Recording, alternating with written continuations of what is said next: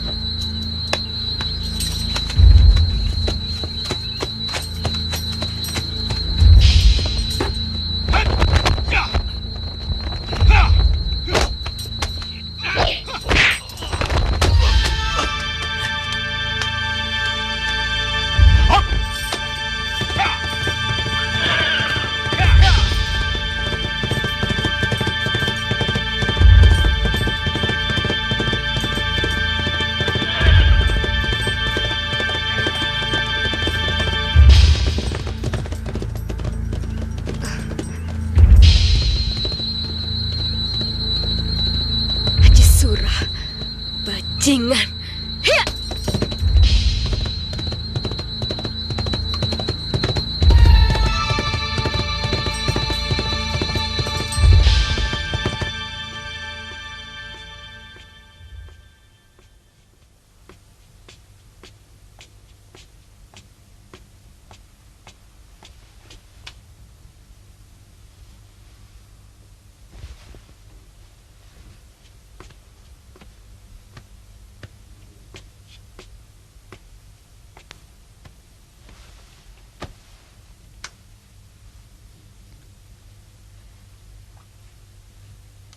Dalam kesempatan yang sangat berbahagia ini, saya ingin menyampaikan rasa penyesalan saya karena telah melarang Pitaloka berhubungan dengan Gusti Prabu. Jangan pikirkan tentang itu, Paman. Ajisura memang harus dihukum berat. Sangat berat. Apalagi menurut Eyang, dia menggunakan nama saya untuk perbuatan biadabnya. Paman, akan saya hukum dia dengan tangan saya sendiri. Berhenti! Saya Putra Ranggata, mau menghadap Gusti Prabu. Maaf Raden, Gusti Prabu baru saja pergi. Pergi kemana beliau? Saya tidak tahu Raden, akan tetapi beliau menuju ke arah utara.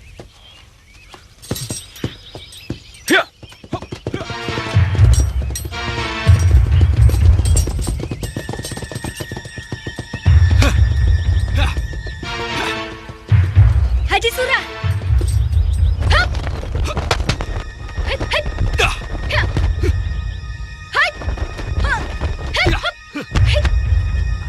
Sabar, Dinda. Jangan marah dulu. Saya sangat mencintaimu. Sungguh. Mari kita hidup bersama.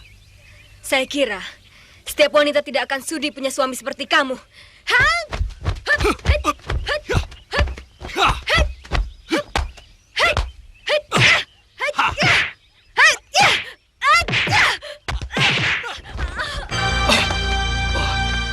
Dinda. Dinda. Jangan sentuh saya, Kanda. Saya sudah kotor. Dinda. Jangan berkata seperti itu. Buat Kanda, Dinda masih seperti Dinda yang dulu pertama kali Kanda kenal. Dinda. Jangan, Kanda. Saya mohon.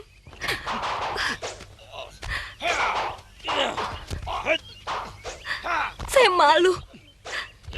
Seorang raja utusan dewa. Dia harus mendapatkan wanita pendamping yang terbaik.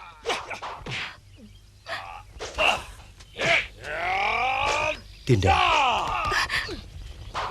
Sebagai manusia, kita semua tidak akan luput dari kesalahan. Hanya bedanya, ada yang lebih dulu mendapatkan kesalahan itu. Dan ada yang mendapatkannya belakangan. Dinda. Tidak, Kanda. Saya tidak pantas lagi. Yang ada dalam pikiran saya sekarang, bagaimana membunuh bajingan seperti itu. Karena akan membahayakan wanita lain. Dinda, tenangkan pikiranmu.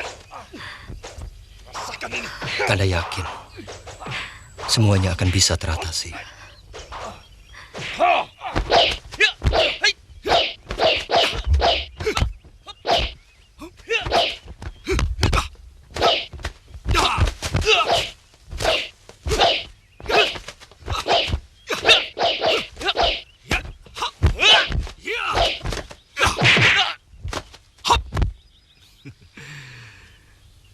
Jangan paksa saya untuk berbuat lebih kurang ajar lagi, Guru.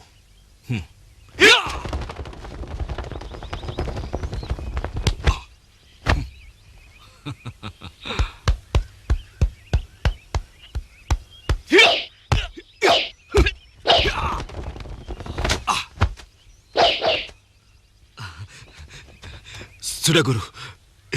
Jangan diteruskan. Jangan panggil lagi aku guru. Kau harus mati di tanganku.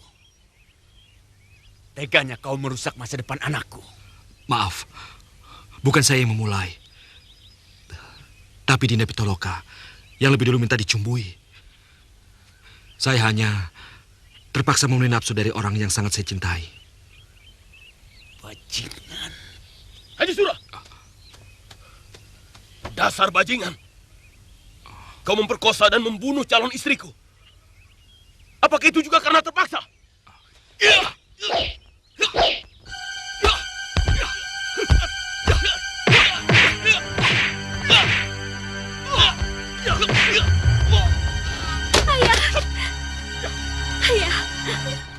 Paman.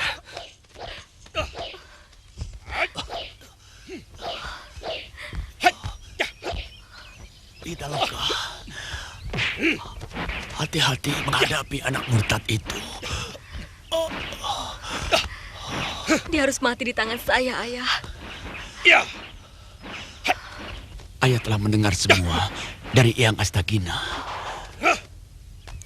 Kau memang berhak membalasnya.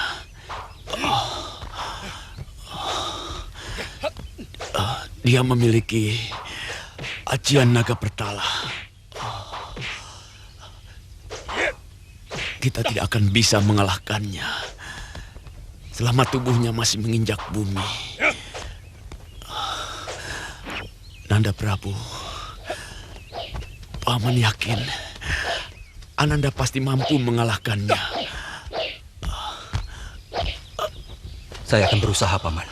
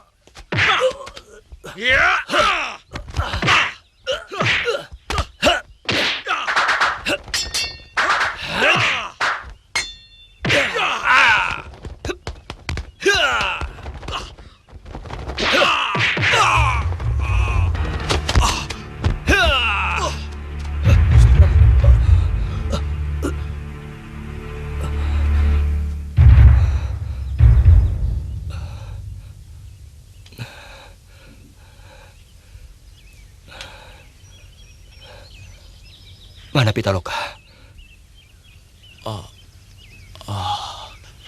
Paman tidak bisa mencegahnya. Seseorang telah membawanya pergi.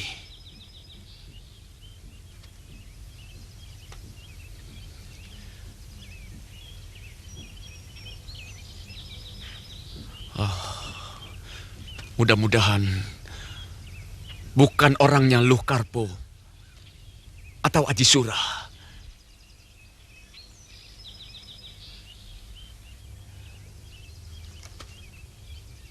Saya juga mengkhawatirkan keadaan Dinda Pitaloka.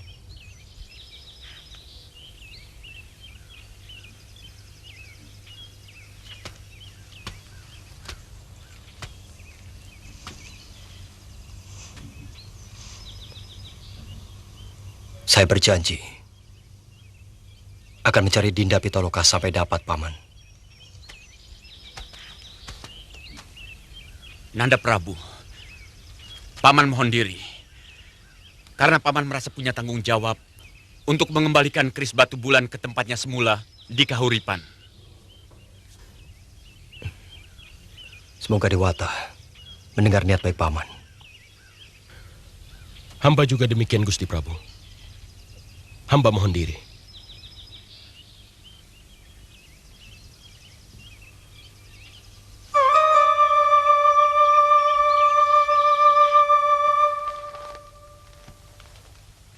Ayo, kita minumkan ramuannya, Kakang.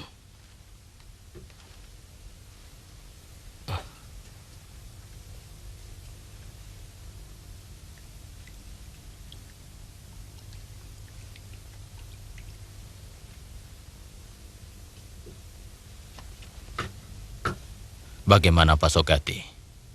Sembuh? Luka dalamnya sudah berhasil aku sembuhkan. Akan tetapi, susunan sarafnya terganggu. Yang kutakutkan kalau ada yang putus. Mudah-mudahan ramuan tadi bisa mempercepat pemulihan kerja urat sarafnya. Aku kira ini diakibatkan oleh benturan yang terlalu keras di otak belakangnya.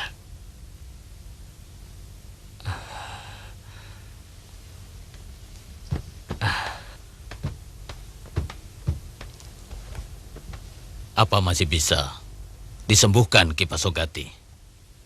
Aku bukan ahli urat saraf, Kakang. Kemampuanku terbatas.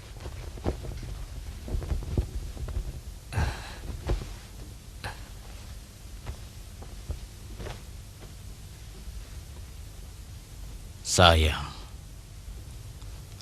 Sebenarnya aku sangat tertarik pada bakat anak ini.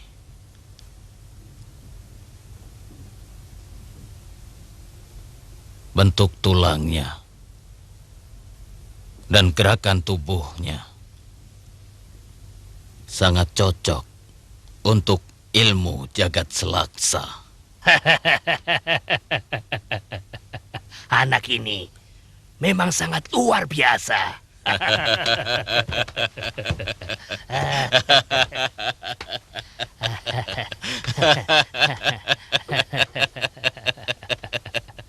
Bukan cuma Kakang, aku juga ingin mewariskan ilmuku kepadanya. Usahakan dia sampai sembuh, Pasogati. Hanya dia satu-satunya yang dapat mewarisi ilmuku. Aku yakin dia dapat membesarkan nama padepokan ini. Apalagi ajian jagat selaksa kuwariskan kepadanya. Rimba persilatan akan gemetar mendengar nama padepokan Binangun ini.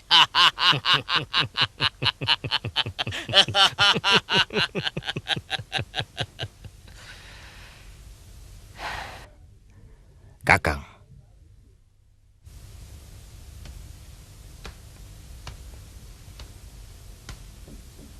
aku sangsi, Kakang.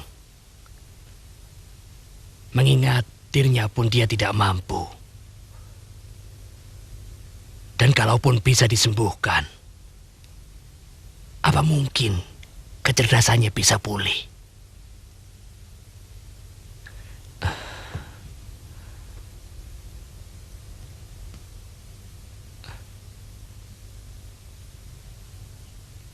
Coba kau ingat-ingat dulu. Barangkali kau pernah tahu ada tabib saraf yang pintar, Pak Sogati.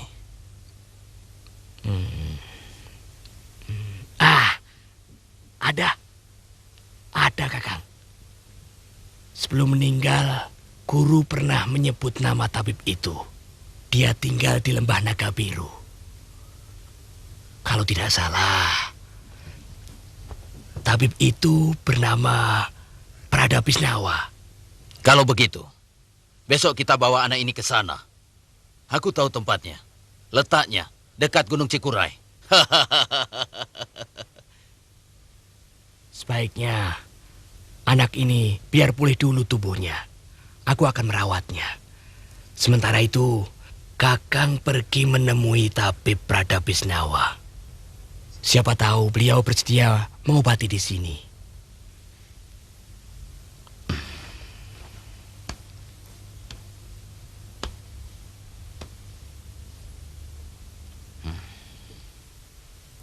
Itu gagasan yang paling baik.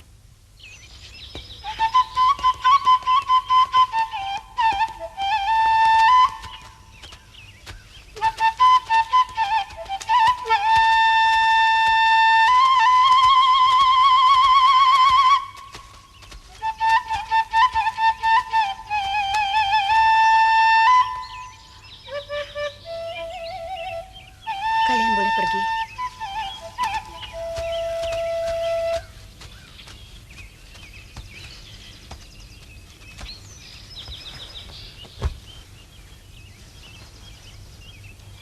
Maaf, Kanda Prabu.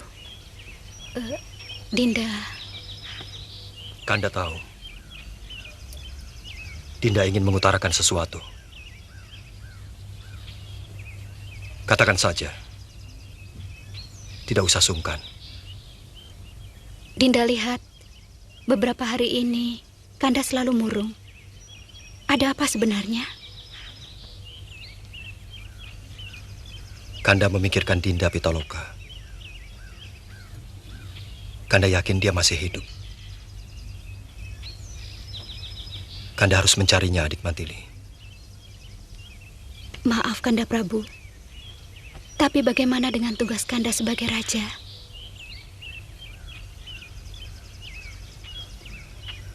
Itu persoalannya.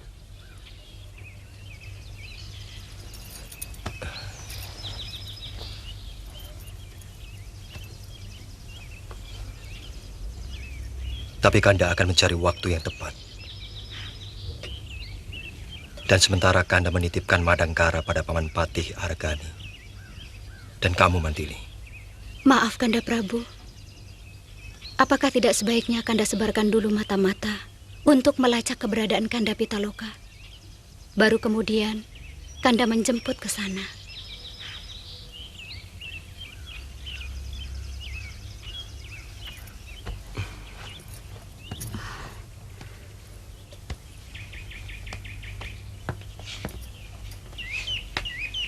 Kanda sudah menanyakan ke beberapa tempat.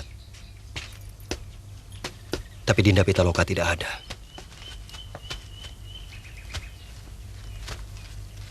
Kanda tetap harus mencari siapa yang menyelamatkannya. Kanda Prabu, Dinda mohon untuk sementara Kanda jangan meninggalkan keraton. Dinda dan Kakang Kamasuta akan mengatur orang-orang untuk mencari Kanda Pitaloka. Terima kasih, Dinda.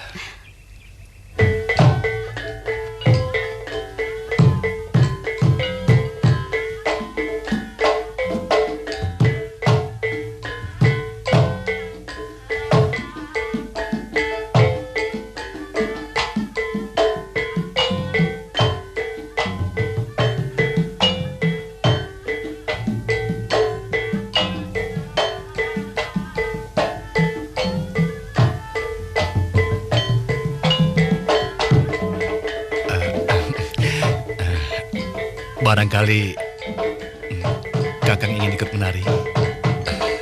Tidak.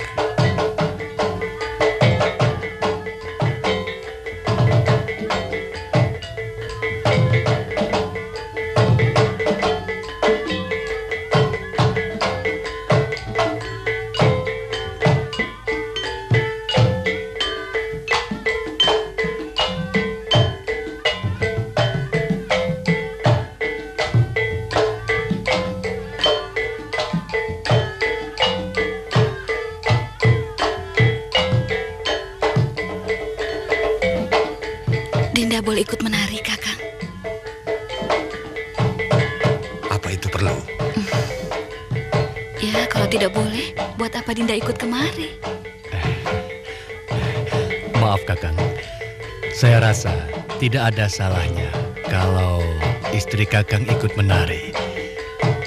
Saya kira kami di sini akan mendapatkan kehormatan bisa menyaksikan perkembangan seni tari di negeri Kakang. Ya, silakan.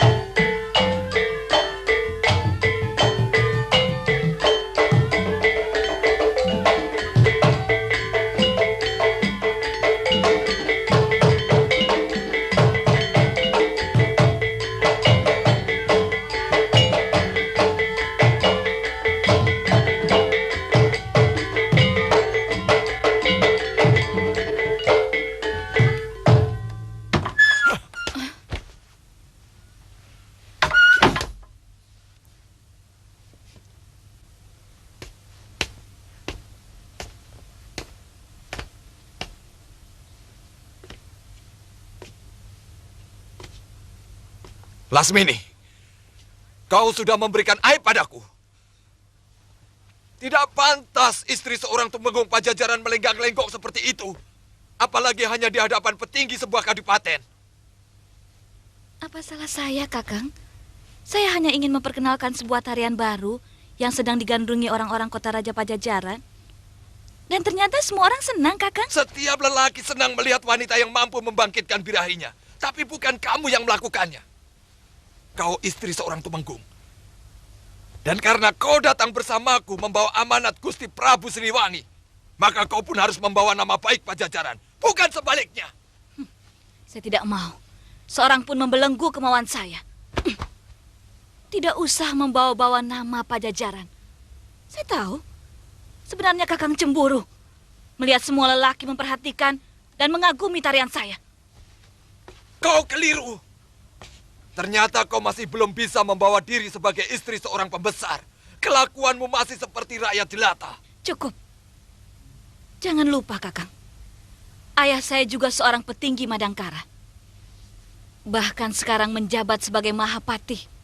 Siapa yang tidak kenal Mapanji Aragani?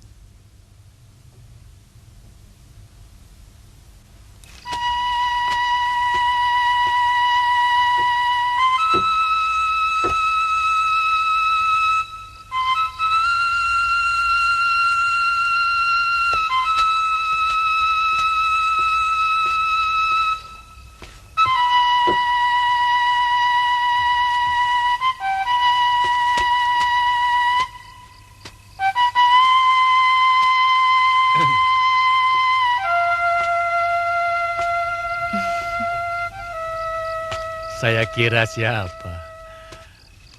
Kertamaya memang lebih panas dari Pajajaran. Nyai Tumenggung pasti sedang cari angin. Iya, saya mencari kesejukan di sini. Di kamar terasa pengap. Kenapa tidak bersama Kakang Temenggung? Air pegunungan pun menjadi panas kalau ada dia. Saya ke taman ini karena di kamar ada dia. Kok tidak bersama dengan Nyi Dumila? Sama dengan Nyai Tumenggung. Air pegunungan pun akan menjadi gerah kalau ada dia.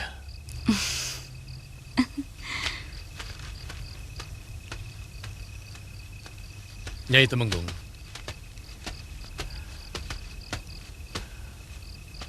Bagaimana dengan Kertamaya menurut Nyai Tumenggung? Panggil saja saya Lasmini. Dan saya boleh memanggil Anda dengan... Kakang juga cukup. Terima kasih. Ternyata pejabat-pejabat Kertamaya jauh lebih mewah dari pejabat Pajajaran. Saya suka itu.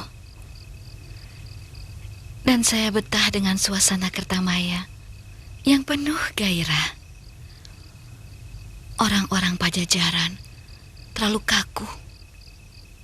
Kami memang mengabdi pada kesenangan. Dewata Agung menciptakan alam semesta untuk dinikmati oleh penghuninya. Saya setuju. Hanya orang-orang bodoh yang memicingkan matanya untuk kesenangan.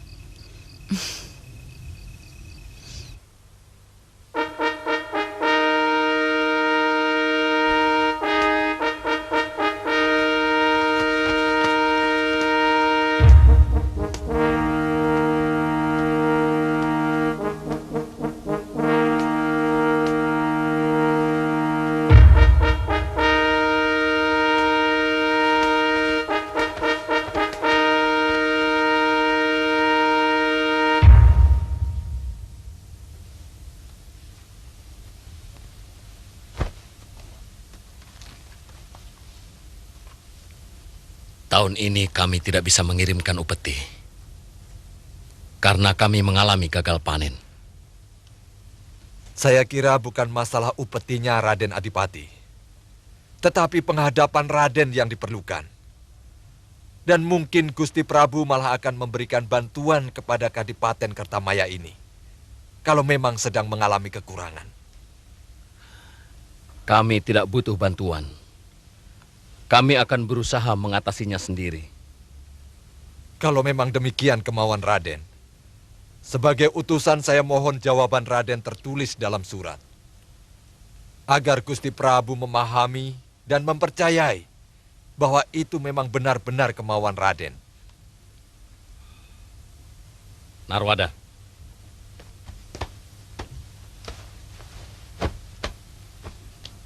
Hamba Raden. Tuliskan surat kepada Sang Prabu. Katakan bahwa tahun ini dan mungkin juga tahun depan Kadipaten Kertamaya tidak bisa mengirim upeti. Bahkan tidak bisa mengirimkan utusan. Maaf Raden, pernyataan seperti itu sama artinya dengan pembelotan.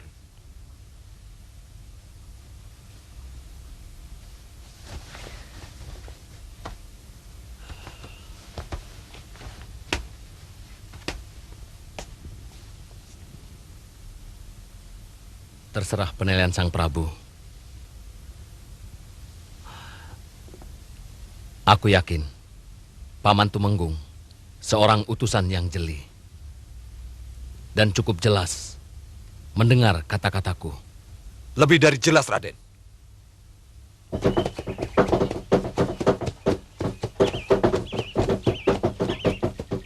Kita selesaikan urusan kita begitu sampai Pajajaran. Mungkin kita kurang mampu saling mengimbangi biduk rumah tangga kita, sehingga makin lama makin terasa oleng. Saya tidak suka. Kebebasan saya terlalu dibatasi. Perkawinan itu sendiri adalah batas, yang untuk hal-hal tertentu sangat tabu dilanggar oleh seorang yang terikat di dalamnya. Seorang istri pantang mempermalukan suaminya. Demikian pula, seorang istri pantang menemui lelaki lain tanpa sepengetahuan suami. Kaum lelaki selamanya ingin menang sendiri. Berapa banyak para suami menyimpan gundik di luar istrinya yang sah? Apa itu adil? Perkawinan bagi saya hanya penjara untuk kaum wanita. Lasmini,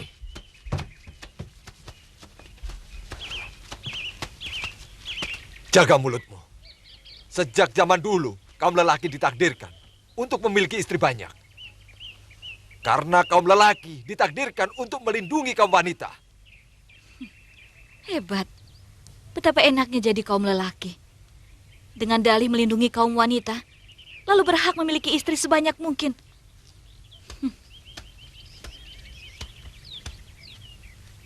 Kita berbeda pandangan, Kakang Tumenggung. Cara seperti itu tidak adil.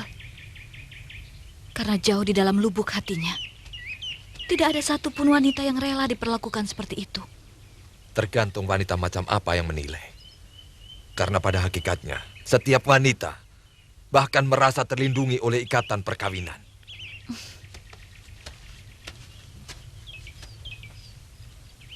Kalau begitu, saya termasuk wanita yang lain, Kakang. Saya kira jalan yang terbaik satu-satunya. Kita harus pisah.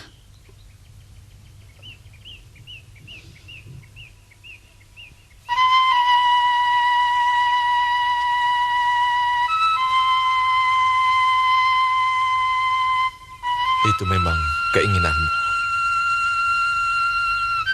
Tidak apa. Buat apa mempertahankan perahu rapuh?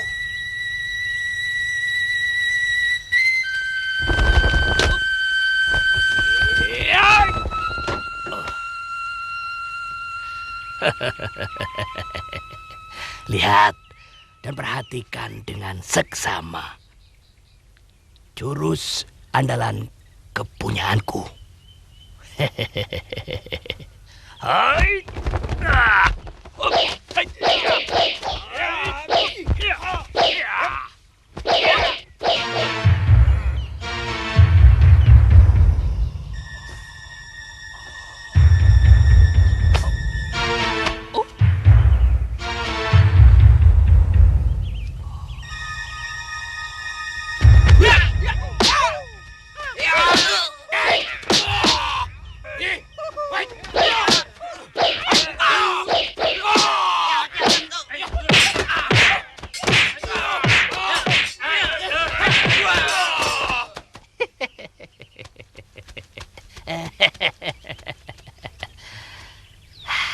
Bagus kan jurusnya? Jurus tadi namanya bidadari memetik rembulan. Aku yakin kau pasti tertarik dengan jurus itu. Kalau kau sudah sembuh, kau pasti akan mampu melakukannya dengan baik.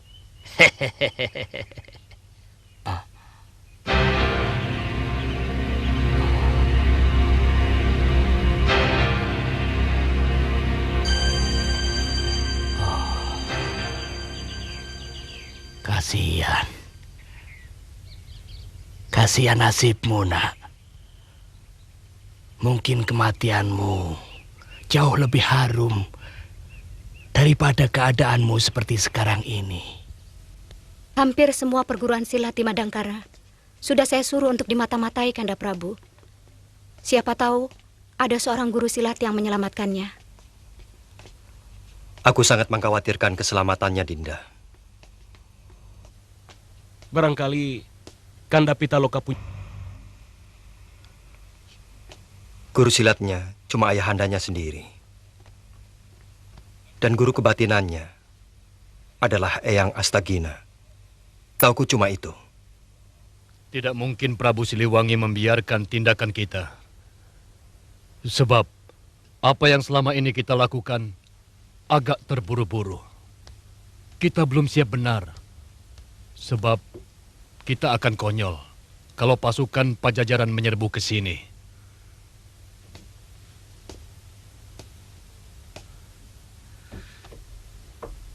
Kau takut, Kakang Narwada? Saya cemas. Rencana besar Raden Adipati akan kandas. Hanya karena terburu-buru. Kalau kita lebih siap lagi, saya yakin pasukan Kertamaya akan bisa menang. Dengan satu syarat, kita dahului menyerang. Sebab menyerang jauh lebih baik daripada bertahan.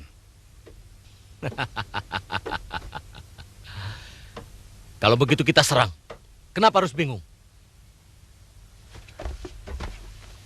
Pesanan kuda dari Majapahit belum datang.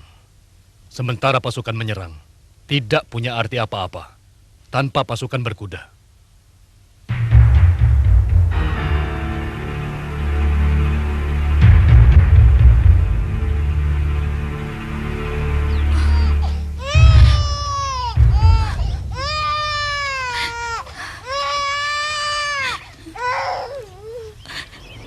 Aku titip Anjani, Tiram. rawat dia dengan baik. Karena aku tahu Kakang Tumenggung sangat sibuk. Sebenarnya mau kemana? Di sini sudah enak. Apalagi yang akan dicari? Gusti Tumenggung juga sangat mencintai Den Ayu. Kekayaannya juga cukup, bahkan lebih.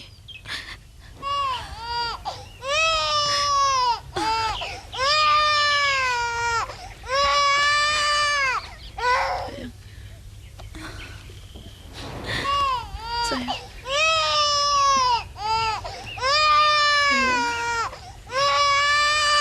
Ada satu hal yang tidak bisa kau mengerti. Aku tidak bisa hidup dalam kekangan.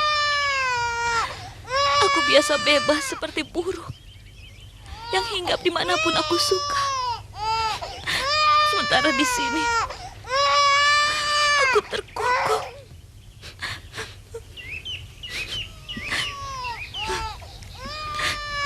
Jaga anakku baik-baik. Suatu saat aku pasti akan menjenguknya. Saya kira Dan Ayu lebih baik menunggu Gusti Tumenggung. Sampaikan salamku pada Kakang Tumenggung. Katakan juga, aku minta maaf karena tidak mampu mengabdi dengan baik. Sayang,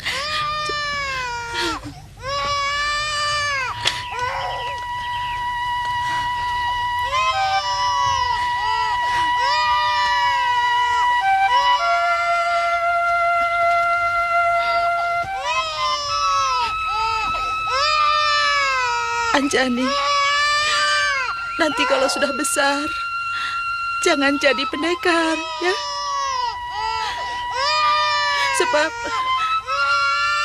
pendekar itu lebih mencintai pedangnya daripada suaminya.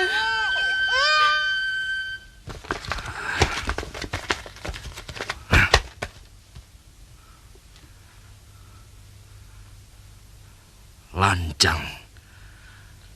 Dananjaya harus membayar mahal untuk pembelotannya itu.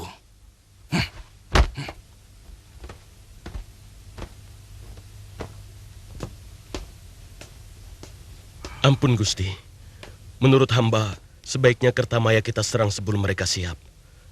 Cukup dengan 1/4 angkatan, kita pasti mampu menggulung mereka.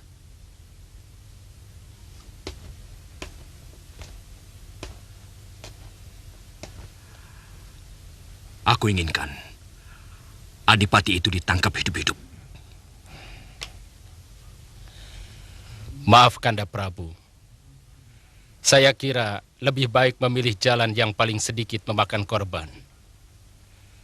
Perang akan menghancurkan perdagangan dan pertanian rakyat.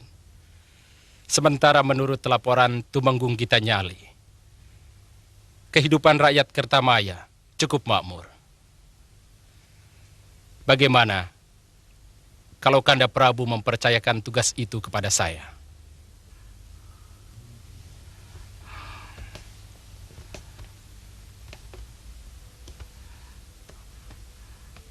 Apa yang akan Dinda lakukan?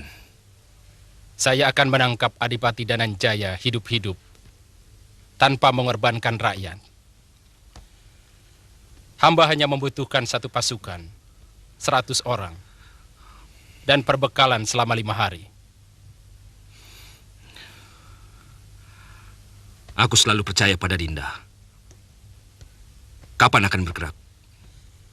Lusa. Mohon maaf Gusti Prabu. Hamba mohon izin ikut. Sebab hamba mengenal Kertamaya. Hampir setahun lamanya hamba tinggal di sana. Dinda Kian Santang yang akan menentukan boleh ikut atau tidak.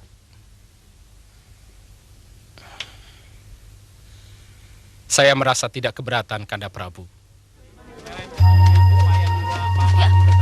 Ya, ya, ya, ya,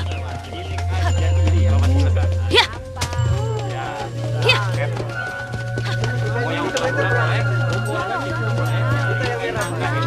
Ya.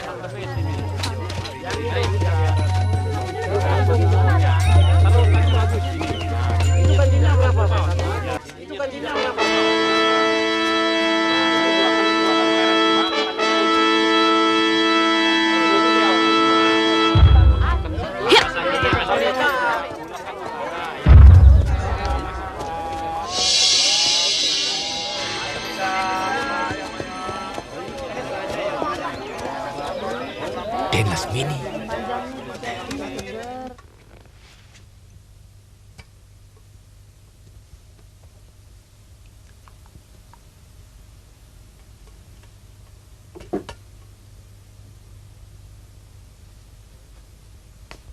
Saya tidak membenci dia.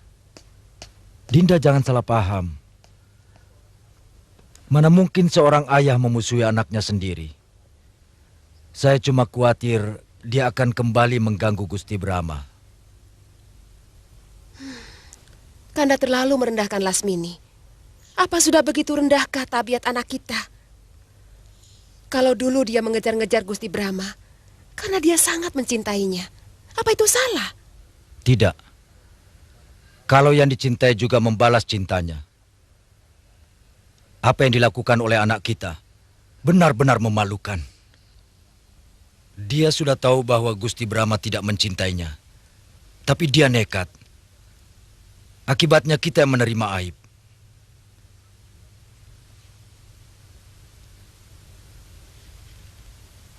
Aku bahagia waktu mendengar dari Lesmana bahwa Lasmini telah kawin dengan seorang tumenggung dari Pajajaran. Meski harus berpisah dengan anak kandungku sendiri. Tapi kenapa Kanda sekarang kelihatannya tidak bahagia? Padahal anak yang kita rindukan itu datang. Lalu, mau apa dia pulang? Mau apa? Ucapan apa itu, Kanda? Dia anak kita yang telah sekian tahun berpisah. Kemudian dia pulang. Dinda tidak mengerti. Ayah macam apa sebenarnya Kanda ini? Jangan salah paham, Dinda.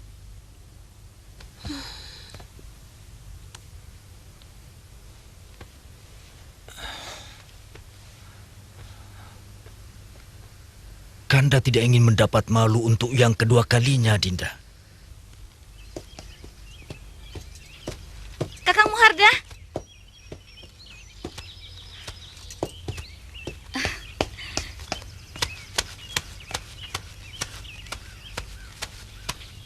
Ada apa, Den?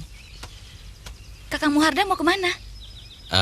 Saya disuruh Gusti Patih Haragani ke istana. Kakang Muharda sering ke sana? Ya pasti.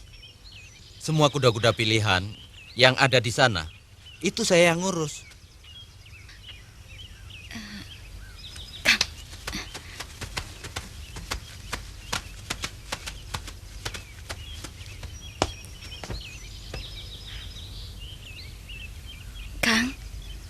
Barangkali Kakang tahu siapa calon pengganti permaisuri Kakang Brahma. Belum ada. Karena Gusti Prabu masih sangat yakin bahwa beliau bisa menemukan Den Pitaloka. Itu sebabnya kenapa beliau belum berniat mencari penggantinya. Kenapa Kakang Brahma tidak berusaha mencarinya? Sudah. Bahkan puluhan prajurit dikirim untuk mencari Den Pitaloka. Tapi sampai sekarang belum ada kabarnya. Memangnya kenapa, Den? Tidak apa-apa.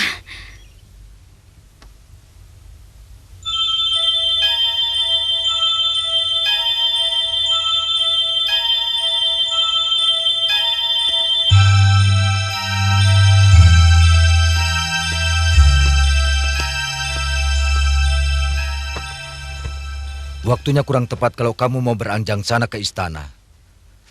Gusti Prabu sedang banyak masalah. Mungkin kedatangan saya malah bisa menghibur Kakang Brahma, Ayah. Beliau raja kita, Lasmini. Kurang layak seorang abdi menyebut rajanya dengan sebutan Kakang. Kanda, bagaimanapun Gusti Brahma kan pernah menjadi saudara seperguruan Lasmini. Wajar saja kalau dia terbawa memanggil dengan sebutan persaudaraan. Lagi pula di rumah sendiri. Dimanapun kita berada, kita harus menghormati raja kita dengan sebutan yang pantas. Sebab menyebut seorang raja dengan seenaknya akan mempengaruhi sikap dan pengabdian kita. Mengerti, Lasmini? Apa salahnya, Ayah, kalau saya memberikan selamat pada orang yang pernah saya cintai? Tidak ada yang salah. Tapi tidak dalam waktu dekat ini. Dan tolong, jaga nama baik ayahmu. Ayah pikir saya mau apa? Saya sudah memiliki segalanya. Saya sudah menikah. Suami saya juga bukan orang rendahan. Seorang tumenggung dari sebuah kerajaan besar, Ayah.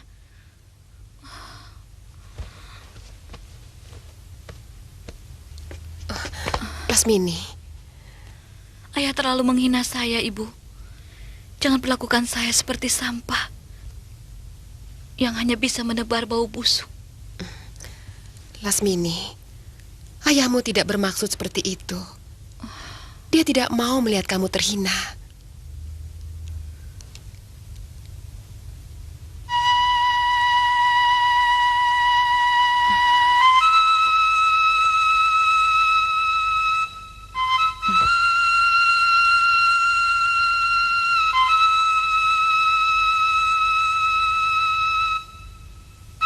Kali ini, saya harus merasakan kehangatan dekapanmu, Kakang Brahma.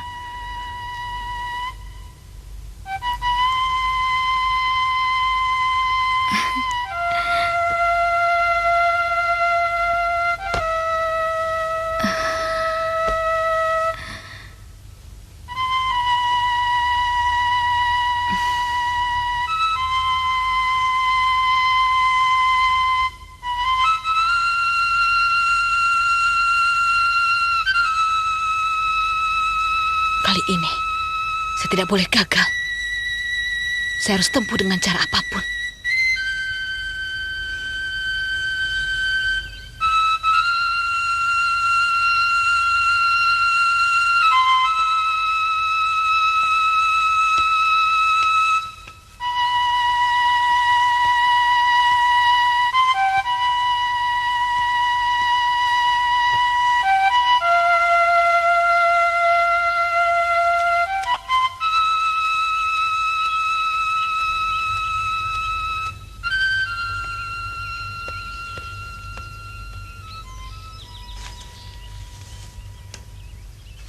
Putri Gusti Pati Aragani mohon menghadap Gusti Prabu.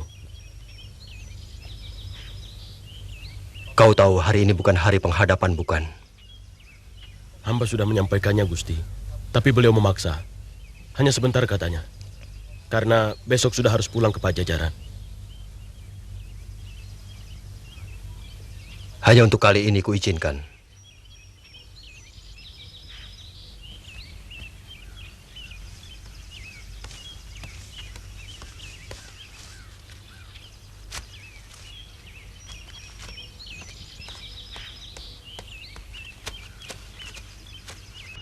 Gusti Prabu berkenan menerima tamu. Terima kasih. Silakan.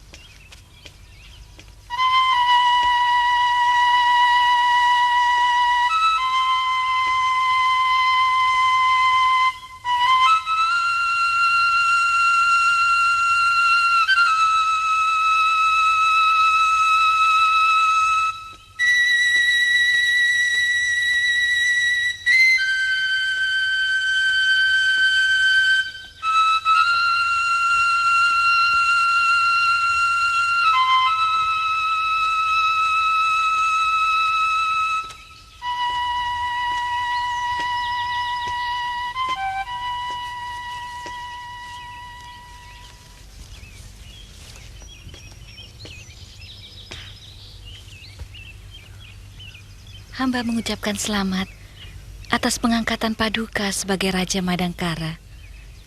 Dan hamba juga berterima kasih atas pengangkatan ayah hamba sebagai Mahapati. Terima kasih, Lasmini. Saya hanya menjalankan garis ketentuan Dewata Agung. Terimalah sembah hamba sebagai abdi. Jangan berlebihan, Lasmini. Saya tidak suka.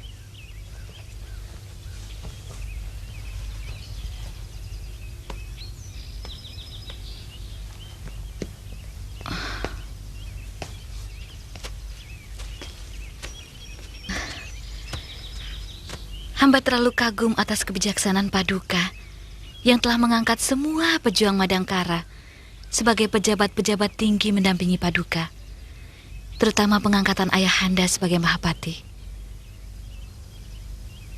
Mereka harus menerima penghargaan yang setimpal dengan pengabdiannya.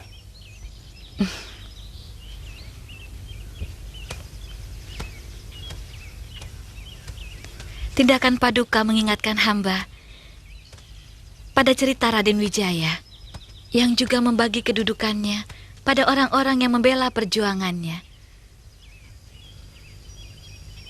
Ada keperluan apa kau menghadap saya, Lasmini? Oh ya, saya dengar tentang perkawinanmu dengan seorang tumenggung Pajajaran.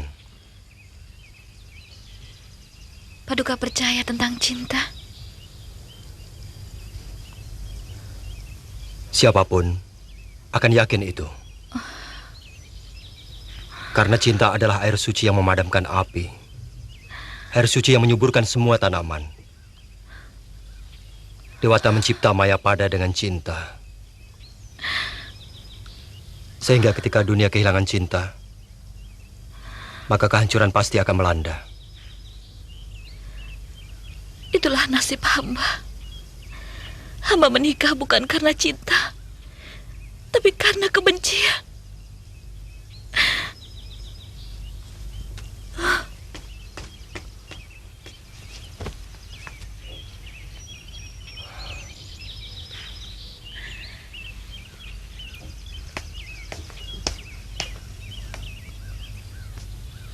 Apa maksud dari kata-katamu itu? Hamba benci kepada nasib hamba. Hamba merasa dipermainkan Dewata. Hamba tidak pernah mendapatkan apa yang hamba ingini.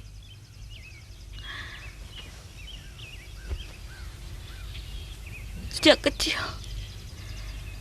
hamba menginginkan kasih sayang dari seorang ayah, tapi tidak pernah hamba dapatkan. Karena ayah terlibat dalam perjuangan bangsanya, hamba memimpikan tinggal di rumah gedong. Tapi yang hamba dapatkan rumah gubuk sumpah milik Nini Goreng.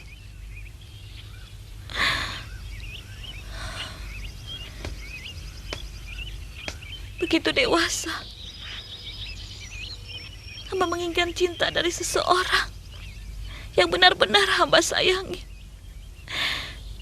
Tapi ternyata ditolak secara halus.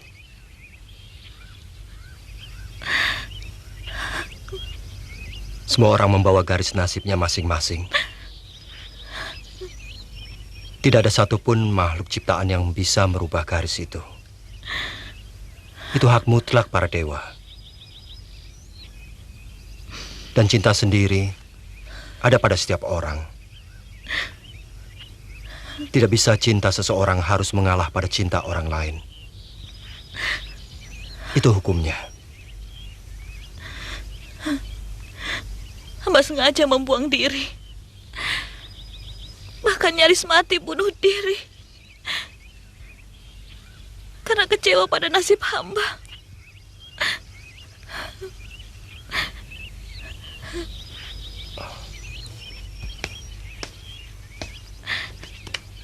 Ada apa di Mantili?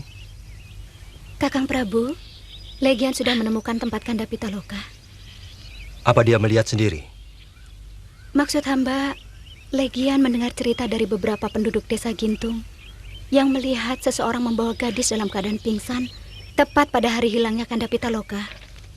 Perintahkan dia sampai Dinda Pitaloka ketemu. Baik Kakang Prabu, hamba mohon pamit.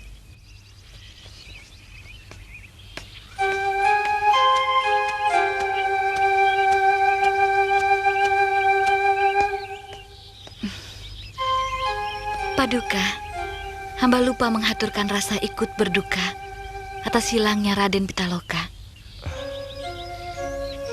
Terima kasih Lasmini. Mudah-mudahan tidak lama lagi orang-orangku akan menemukan dia.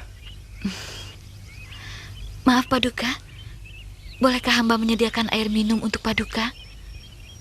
Sebagai tanda rasa hormat hamba.